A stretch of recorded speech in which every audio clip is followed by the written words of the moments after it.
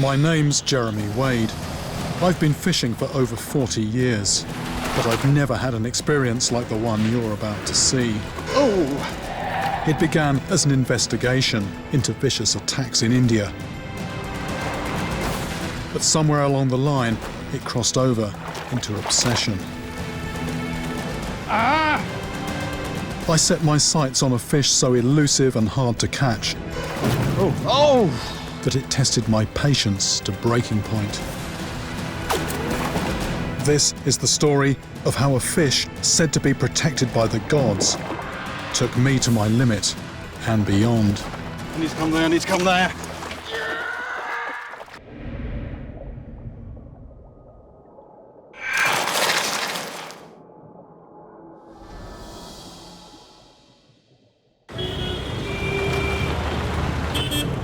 I'm in northern India. India is where my extreme angling career began 3 decades ago.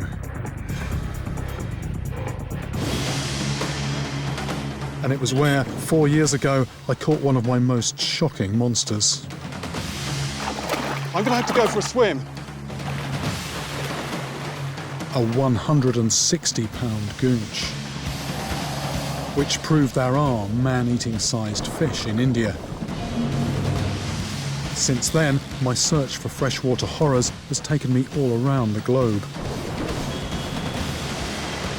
And now, fresh reports are emerging from India and Southeast Asia of something else attacking people in the water. Something said to make the goonch look like a goldfish.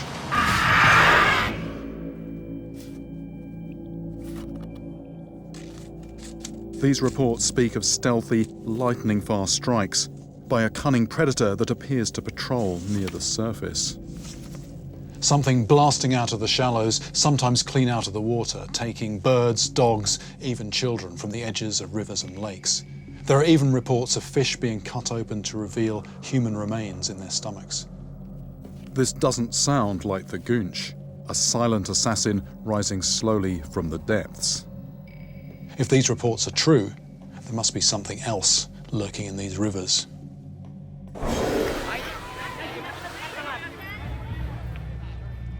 Over the years, I've learnt a lot about India. Here, reality is awash with mystery and magic. And this bubbles through most powerfully in the rivers. These rivers are sacred, the gateway between this world and the next, and the focus for devotion for millions of Hindus.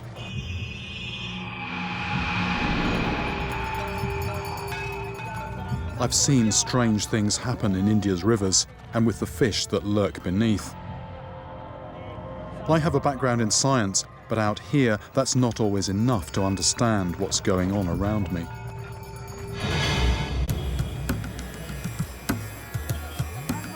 To solve the mystery of these new attacks, I start with straightforward door-to-door inquiries. I'm looking up a friend who I haven't seen for 30 years. It's not this one, it's a bit further up. This one. Here, and then, okay. Maybe I've just gone past it. But word travels fast, and Umesh comes to find me. Hi, Jeremy, hello! How are you doing? I'm very well. Put your hands, don't wait. I tell him why I'm back and about the monster I'm hunting. How do I do?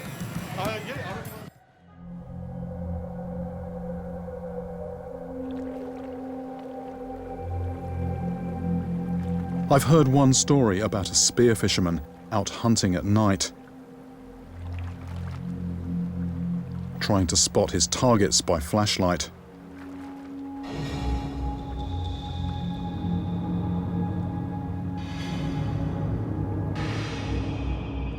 But in the darkness, this hunter became the hunted.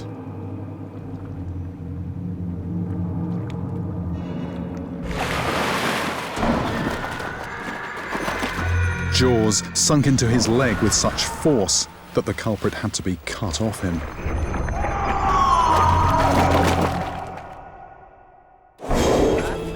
need to get a line in the water. Umesh suggests a place to start.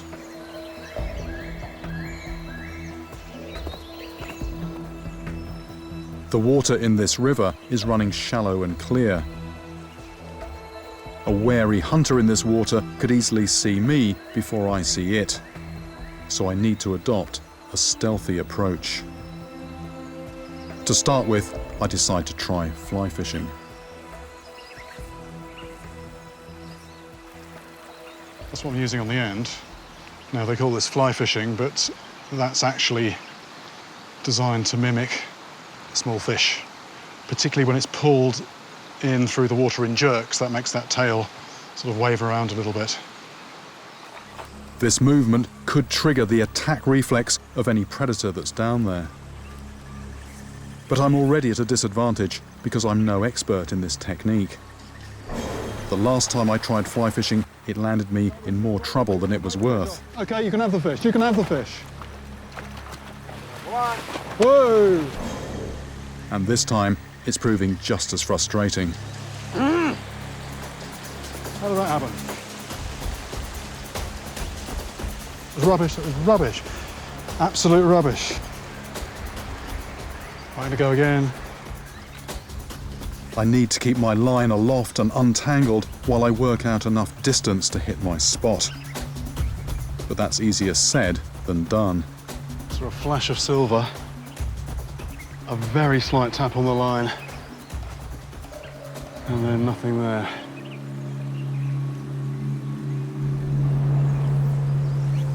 But I'm starting to get the hang of it.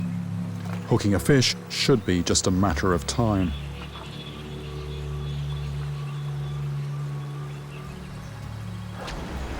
Yeah. Here we go.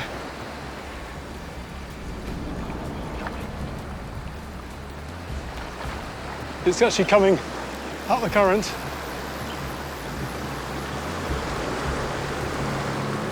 It's actually very small. This is just a juvenile, but it could grow into something much bigger.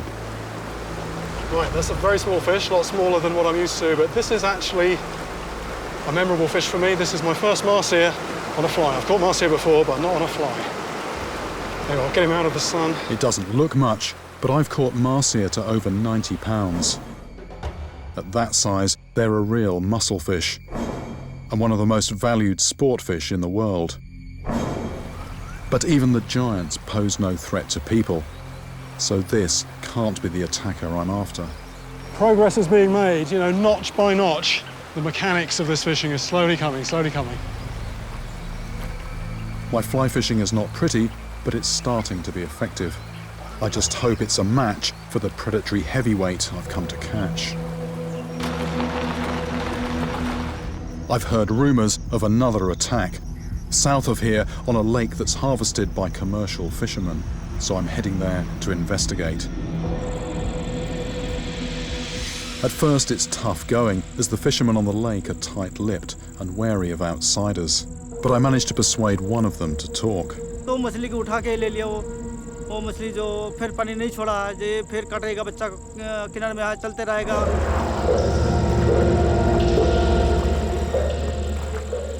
Mahin Biswas tells me of a boy who was wading in the shallows, searching for worms to use as bait.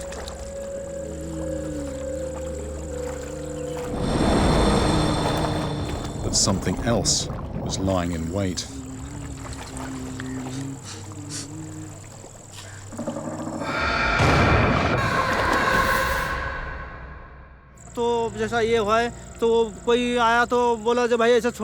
Sound like the fish actually took the whole hand in. The child was bitten, actually pulled his hand out of the water and the fish was still attached. The child's mother had to come and prise the jaws open to get the fish off.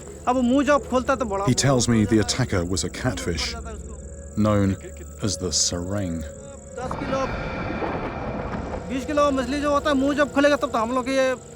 Mr. Biswell said, you know, a big sareng, a 40, 50 pounder, he said has got jaws big enough to almost grab him around the waist.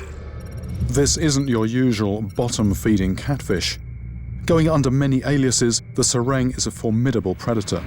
Explosive speed flows from a streamlined muscular body, and jets of water shooting through its gill slits. Banks of needle-sharp teeth bristle in its jaws,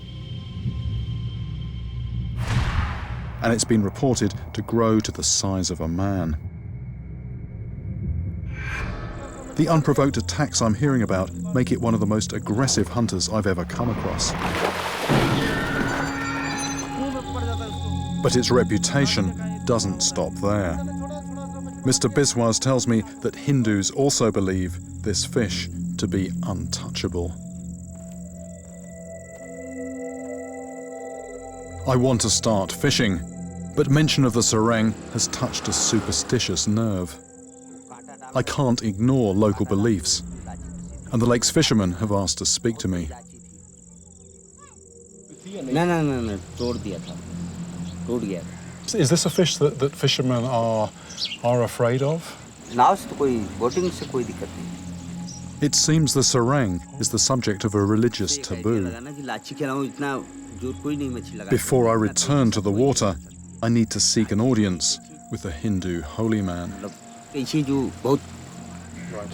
हाँ, और Tengen फंसेगा तो लीजी होता है, सुस्त होता है. I'm a scientist. My investigations deal with hard evidence and deduction. But for many, fishing is a superstitious game.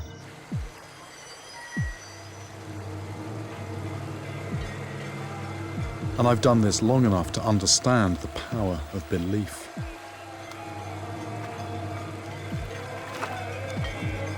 This holy man may be more than just a detour.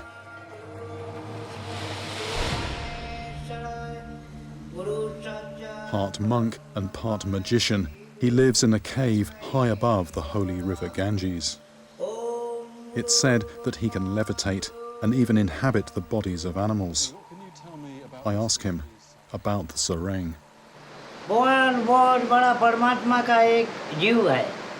It's a big fish, it lives in the river, it lives in lakes, and it cleans things up. It eats dead matter, it eats dead animals. And according to the holy man, this fish also eats dead people.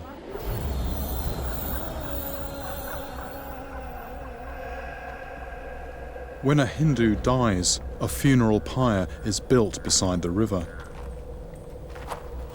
The corpse is brought down to the water's edge.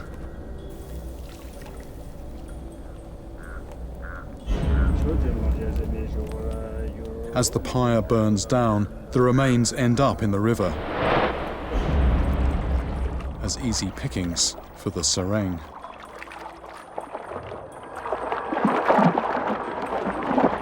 But it's not just the body it's eating.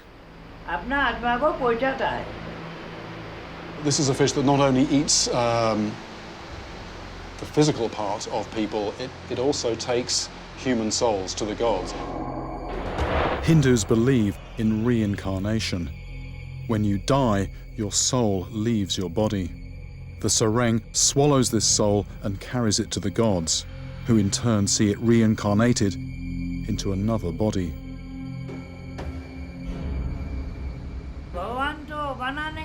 This is a fish that shouldn't be eaten, but beyond that, it's actually a sin to kill it. Babaji, mai machi shikari hu. I'm a fisherman and I'm here to try and catch a sareng.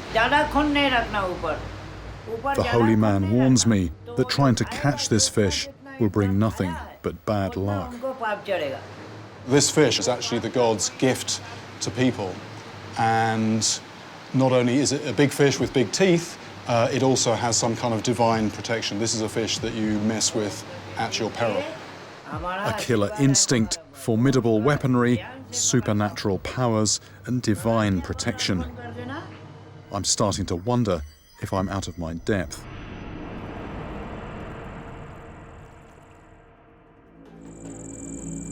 But if I just catch, examine, and release this fish, perhaps I won't incur the wrath of the gods. Even so, I'm nervous as I prepare to go fishing again. Then I hear there's bad news.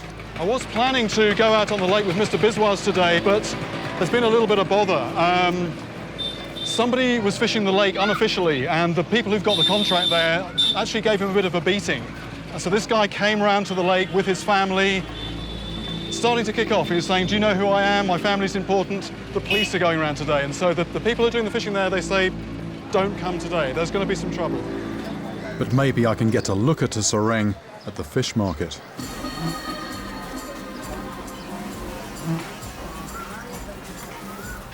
This is not what I'm looking for, but something else has caught my eye. Ye machli pakar sakta hu? Okay, I've just asked if I can grab one of these. This bucket of catfish hides a nasty surprise. I've got to be careful because they've got spiky fins. That's what I'm trying to avoid there. Don't want that on my finger. There. But they're not the apex predator I'm looking for. Ganam kya hai? Katla. Oh, gosh. That's heavy. That's a 20-pound fish easily. So, you know, cause of death, I think, is a spear. It's a snakehead. I'm used to fishing waters where this thing is the top predator, the top dog. Here, it's just bait. I've caught snakeheads before. Some have a violent reputation. But they don't grow as large as the sereng, and they have very different jaws.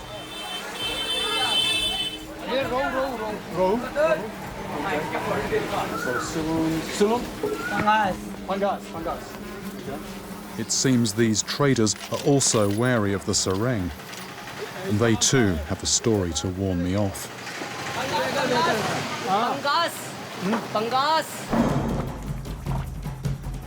They tell me of a fisherman who was bringing in his lines at dusk. On one of his hooks was a sereng. The fish spooked, snagging the line tight around his legs.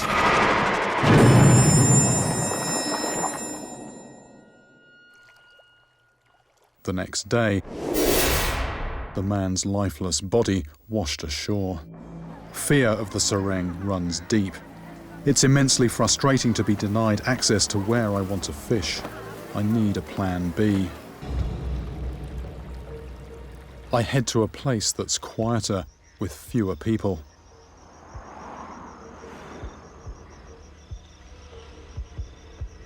It's a forested valley bordering a wilderness reserve called Corbett National Park. But getting in means trekking miles with full kit through hostile terrain. But fish aren't the only man-eaters here. Early in the last century, Jim Corbett, after whom the park is named, shot 33 man-eating cats in this region. They'd killed over 1,200 people between them. Today, the tigers are protected, but people are still on their menu. As if this wasn't enough, as I arrive at the park gates, other forces are trying to keep me from fishing. I've actually just had some very bad news. This is as far as I can go. Although I was told that I would be permitted to fish the lake inside the park, that has now been withdrawn. Another lake I'm not allowed to fish. Is this just coincidence, or is there something more sinister in the water?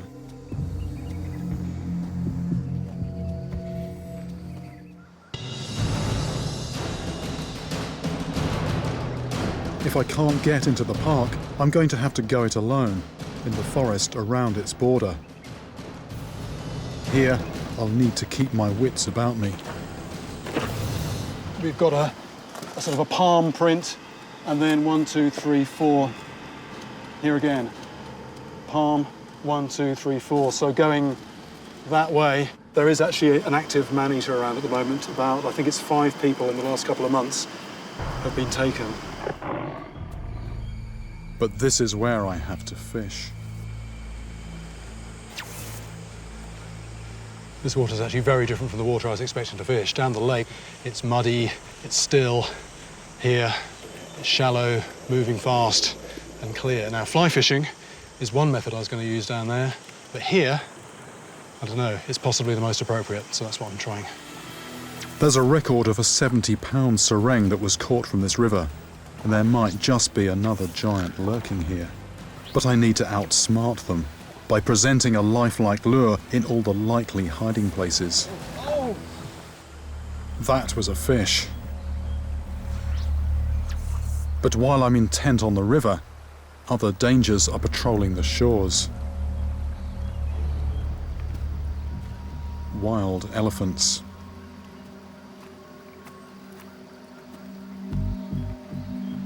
That's a couple of elephants that have just gone past behind here very quietly, very quickly. In India, elephants kill more than 400 people each year. I'll need to keep my distance.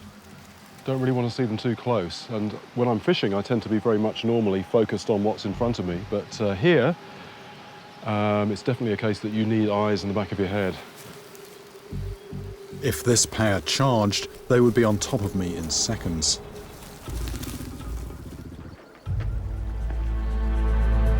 I push deeper downstream. I'm 20 miles from the nearest town. If anything goes wrong out here, I'm on my own. But my luck may be about to change. Yeah.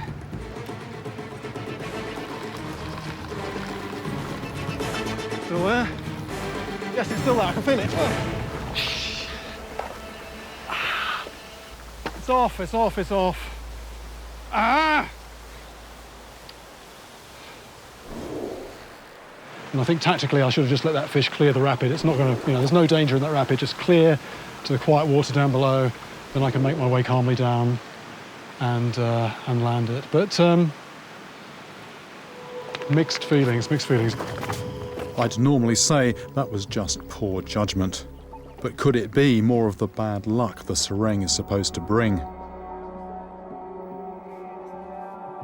I try to apply some clarity of thought. I've spooked my fish in the run, so I turn my attention to the pool below. But I'm tired and starting to lose my focus. There's definitely something on the bait. Definitely something on it. Here we go. It's a strange take, this. Come on. I wonder if we take it properly. But whatever's playing with my bait has snagged the line around something on the bottom. There may still be a fish interested, so I need to handle this carefully. I've got the line caught up. I want to free it using a bit of a dodge, which doesn't involve disturbing the water too much. The line's actually snagged, which is always a risk when you're fishing on the bottom with a lot of lead, where there's lots of loose boulders around.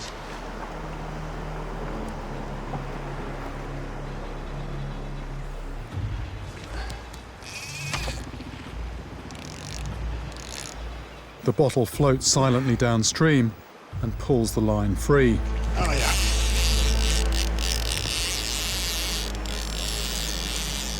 And I reel in an empty hook.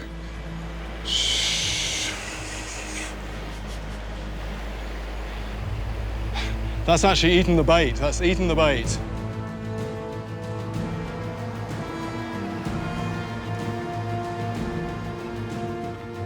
Whatever is down there has just got a free lunch. This is normally the sort of challenge I relish. But here, even on gear that I'm familiar with, I'm starting to make mistakes. Sometimes we use line that's too thick. Bird's nest on the cast, that line in the current, and just pulls it all out of position. It seems that everything is starting to unravel. Might even be snagged. No, it's not, thank God. A bad cast, bird's nest on the reel, getting that off, the current takes it down, pulls it out of position, it's snagged on a rock. You go to all that trouble making up a leader, you get it snagged, it breaks, you've got to start all over again. It's just ridiculous. Just bloody ridiculous. It's not just the gear, my temper is fraying too. I have to get this situation back under control. That means getting into the water to recover my gear.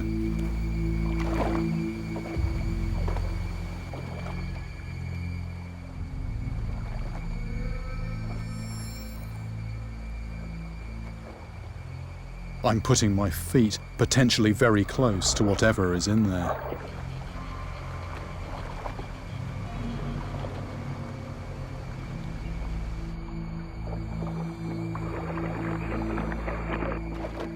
This fish has got me pushing my luck, making bad calls and taking unnecessary risks.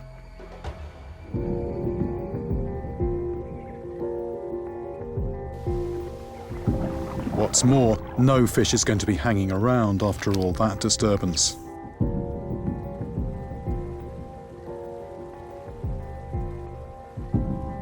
The fishing is starting to feel futile. I don't know what the answer is.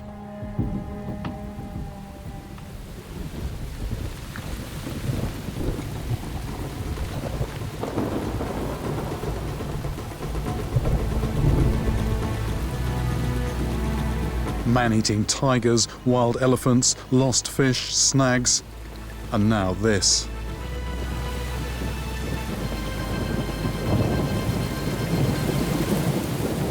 Last year, my crew narrowly survived a direct lightning strike on a river.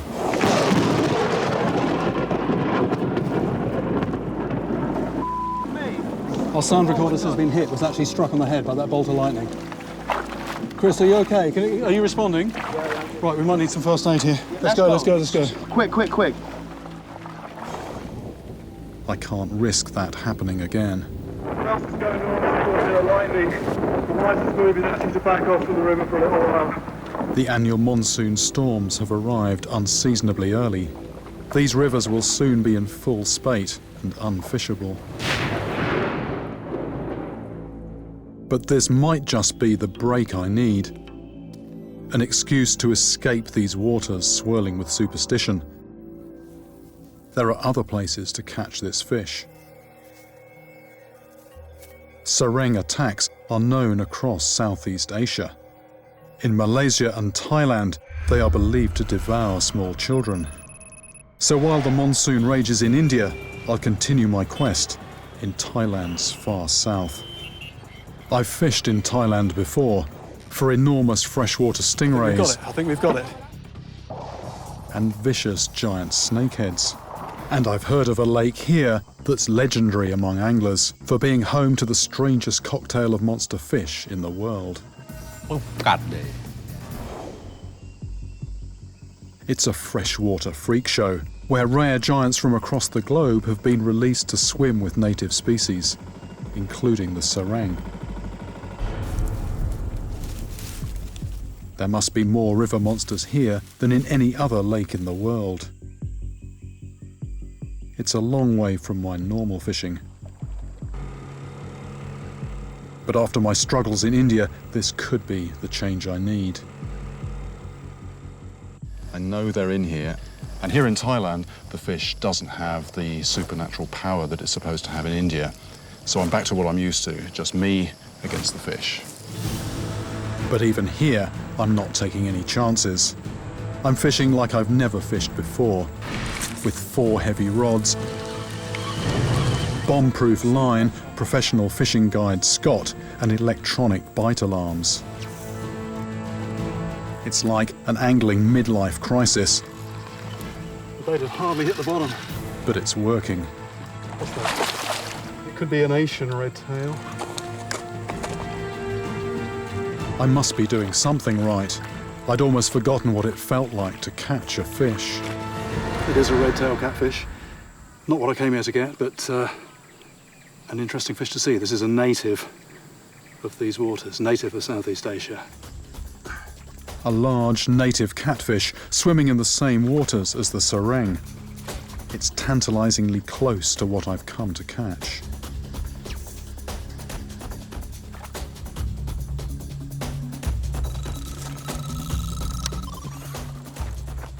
Oh! That looked like a catfish of some description. That's an Amazon redtail, I think. The fish are getting bigger, and this one is proof that I'm fishing a unique aquatic sanctuary. The Amazon redtail catfish are actually quite different. The Asian redtail has a smoother skin and a slightly different shaped, more deeply forked tail. I'm used to seeing this in the Amazon halfway around the world, and here it is thriving in Thailand. This lake, it really is a place of surprises. That's ready to go.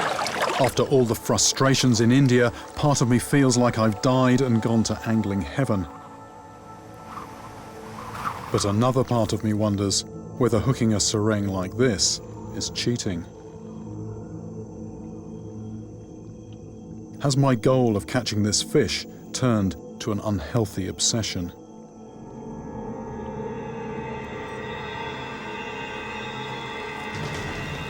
But the promise of the sereng and all the other remarkable fish in this lake It's a nice sized fish, whatever it is. is too much to resist. There it is. It's a redtail catfish. Amazon redtail catfish. There's a bit of a frenzy of redtail catfish going on. Another Amazon redtail catfish. The challenge in this lake, which is a challenge I don't normally have, is actually how to avoid catching fish. I need to avoid catching all the other fish that are in here, which really outnumber the sereng. Oh, and there it was right in underneath me, whatever it was. Oh, it's a redtail catfish. By daybreak, it's becoming a plague. This is an Amazon redtail catfish. Normally very rare in this part of the world, but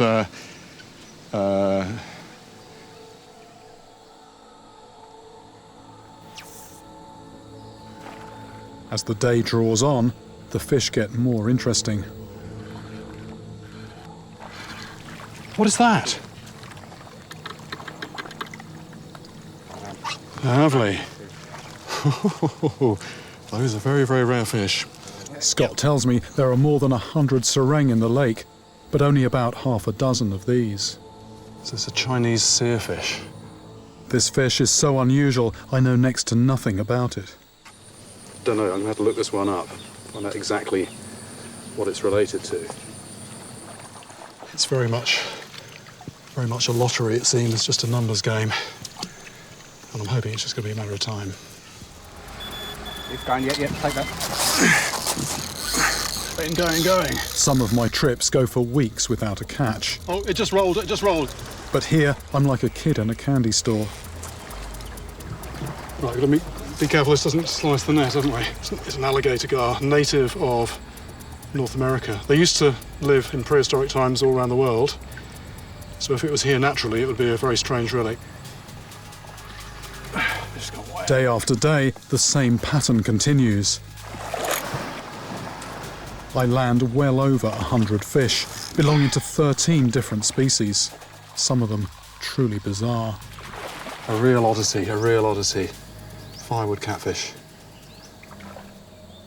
You know, it's almost like this place is mocking me. Here's a rare fish, here's another rare fish. The one I want is just eluding me, and there are more of those in here than there are things like that. Those Indian warnings are still playing on my mind. Could sereng bring bad luck even here, thousands of miles from the haunted Himalayas?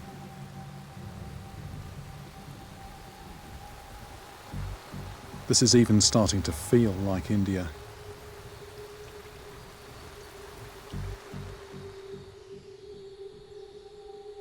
But as the rain clears, I'm into a fish. Good sized fish. And this one feels different. It's just going.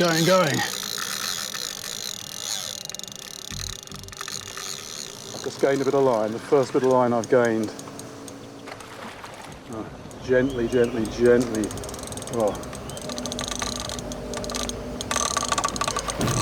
Oh! Silvery fish jumping out of the water. For a second, that looked like a sereng, but it sliced straight through my super tough leader. So I was hoping that here I wouldn't get these sort of random things happening, but something's bitten that through. After 10 solid days fishing, something has to give.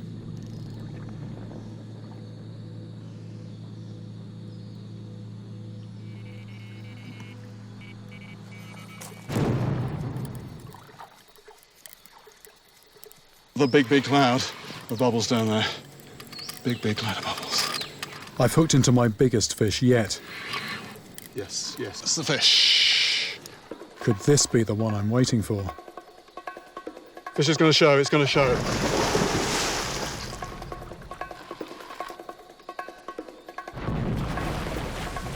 But a telltale flash of red and gold shows this isn't a serang.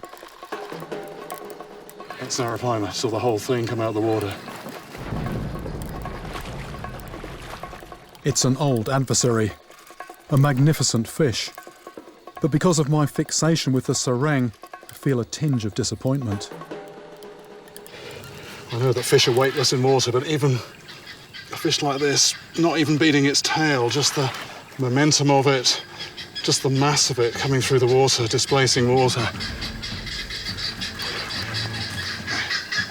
Line coming up through the water. But as this Amazonian giant is finally tamed here in Thailand, Gosh. I'm again wondering if I'm looking for the wrong answers in the wrong places. 180 odd pound arapaima. Whew. Big smile on my face, but still no serang. But catching any fish that it takes 3 grown men to lift is surely cause for celebration.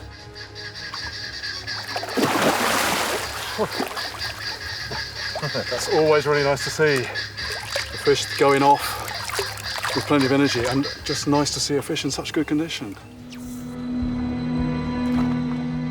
But there's no time to recover, because straight away I've hooked another fish.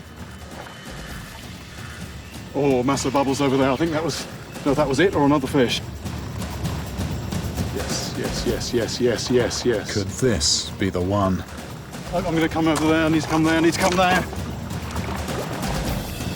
At this angle, the fish will snag my line.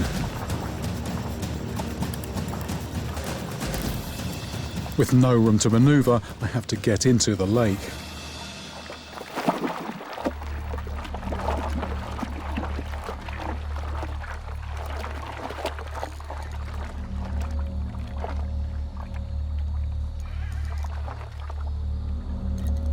This is a hell of a fish if this is hooked in the mouth.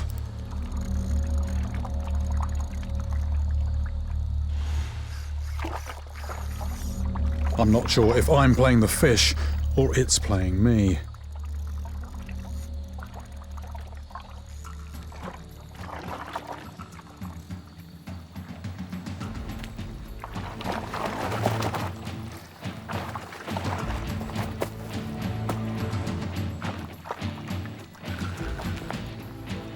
After a full half hour, finally it begins to tire.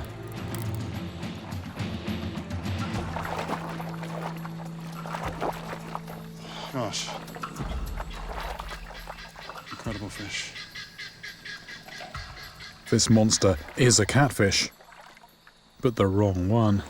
Mekong giant catfish.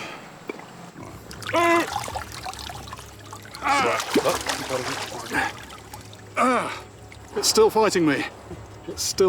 This fish. Mekong giant catfish. This fish is known to grow over 600 pounds. Only 650 pounds is the biggest one, authenticated. But this one actually rose and took a piece of maize dangling under a float. Took something about the size of my fingernail. Can you imagine?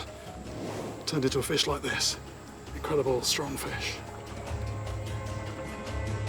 After all this intense fishing, catching everything but the serang, it's dawning on me that by coming to Thailand, all I've done is run away from my problem, which is with those gods back in India. If I'm ever going to catch this fish, I need to face my demons and make my peace with them.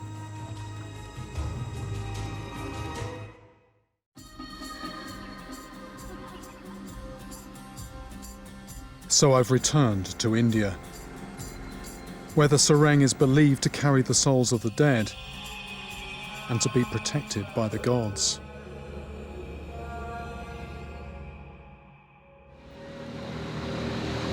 I'm used to looking at water as a fisherman, but imagine you live beside this river and it's before the days of atlases. And this river, it just keeps flowing in the same direction day after day, year after year, generation after generation for as long as anyone can remember, just bringing things to you, taking things away. And it's actually not such a leap to imagine that maybe it's some kind of circle, a cycle, and that things that go into it somehow come back. And the creatures that you sometimes glimpse under the water, they are held in a special kind of awe. And part of that is because eventually they are going to consume your remains.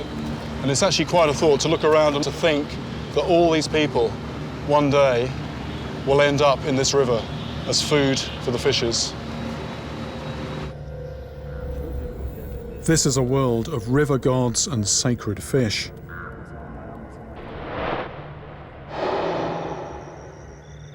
But if I can somehow make it clear that I mean the sareng no harm, that I just want to catch it, examine it and let it go, perhaps the gods will let their guard down.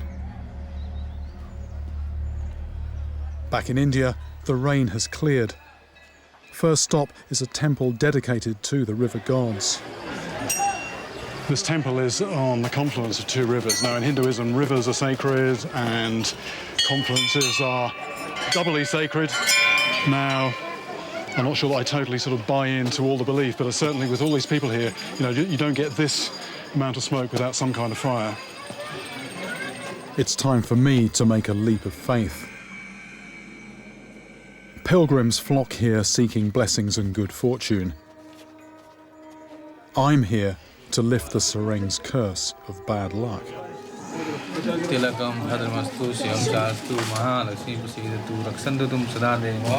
The priest gives me a blessing and a bag of sacred rice, an offering to the gods and the fish in the river.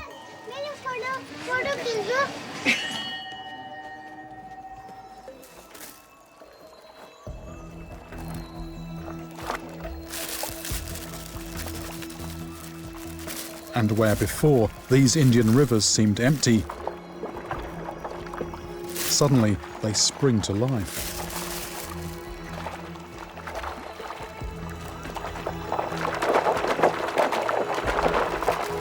If I'm here to make friends with the local fish, it seems I'm doing something right. This is what fish do if you leave them alone and if you feed them occasionally. The water just teems with them. Compare that to what rivers are normally like. You're normally struggling to see fish, but here we are, very populous part of India, and they leave this fish alone and the water's just full of them.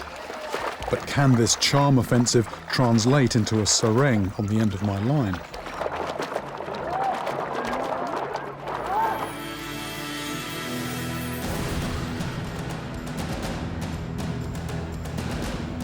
I head back to the river, now swollen by monsoon rains.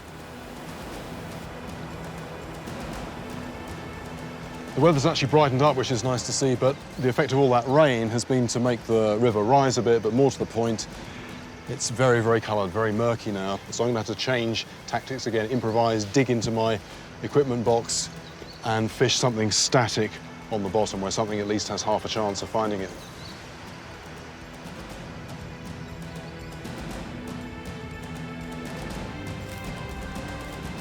A predator won't see my bait, but I'm using rotten fish, so it will smell it.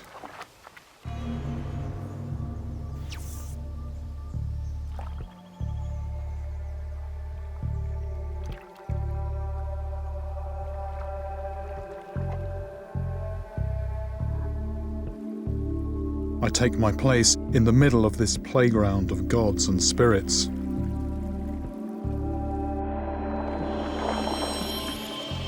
I can't shake the feeling that I'm being watched.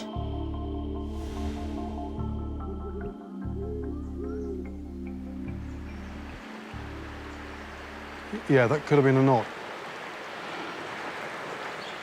Something actually knocked the line then. It could have been a fish. It might have just been shifting in the current. There's a very turbulent sort of whirlpool down there. Was my leap of faith at the temple enough to let me finally catch the serang? Yeah. I think that is something.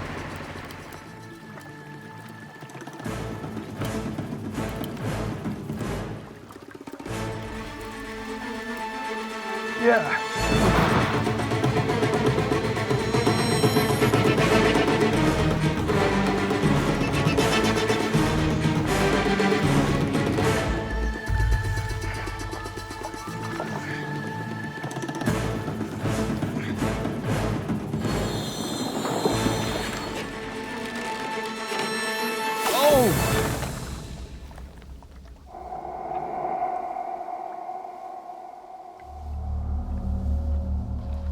That's gone, whatever it was.